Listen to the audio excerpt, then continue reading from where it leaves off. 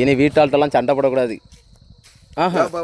ஆமாம், ஏன்னா இப்போ என்ன பிரச்சனை அப்படின்னா எங்கே போனாலும் ஃப்ரீயா நீங்கள் சண்டை போடுவியா டவர்னு சென்னை பார்த்து போயிட்டா. அதனால வீட்டாள்கிட்டலாம் சண்டை போடாங்கண்ணே.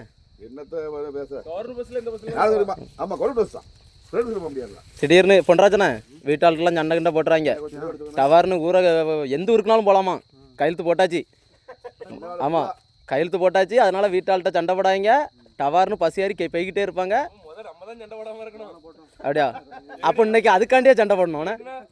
அங்கே ஒரு பொன்ராஜன் என்ன சொல்றாரு பாரு, போயிடுவாங்களோ. ஆமாம், அப்போ இன்னைக்கு அதுக்காண்டியே போய் சண்டை போடுதேன். ஆமாம், அது உனக்கு ரொம்ப சரை, நீ கொஞ்சம் சண்டையை குறை. பெட்டியை தூக்கினாலும் பிரச்சனை இல்லை. எத்தனை தடவை பைக் 24 மணி நேரம் பஸ்ஸிலே போய்கிட்டு இருக்கலாமே. நீ தான் வளர்க்கணும். அதனால விஜய் ஆச்சு கரெக்டான ஆச்சுன்னு நினைக்கானா. நீ என்ன நினைக்கா? அப்படியா? நமக்கு கொஞ்சம் ராங்காக தான் இருக்குண்ணே. ஒயின் ஷாப் ஏதாவது மூடுத மாதிரி இருக்கா? அப்படி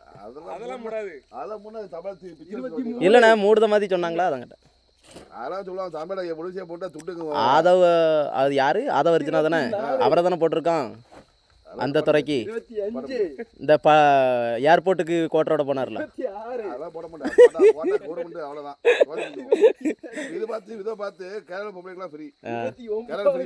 போட்டாச்சா? சரி, இல்லை நொறுக்கி விட்டானோண்ணே.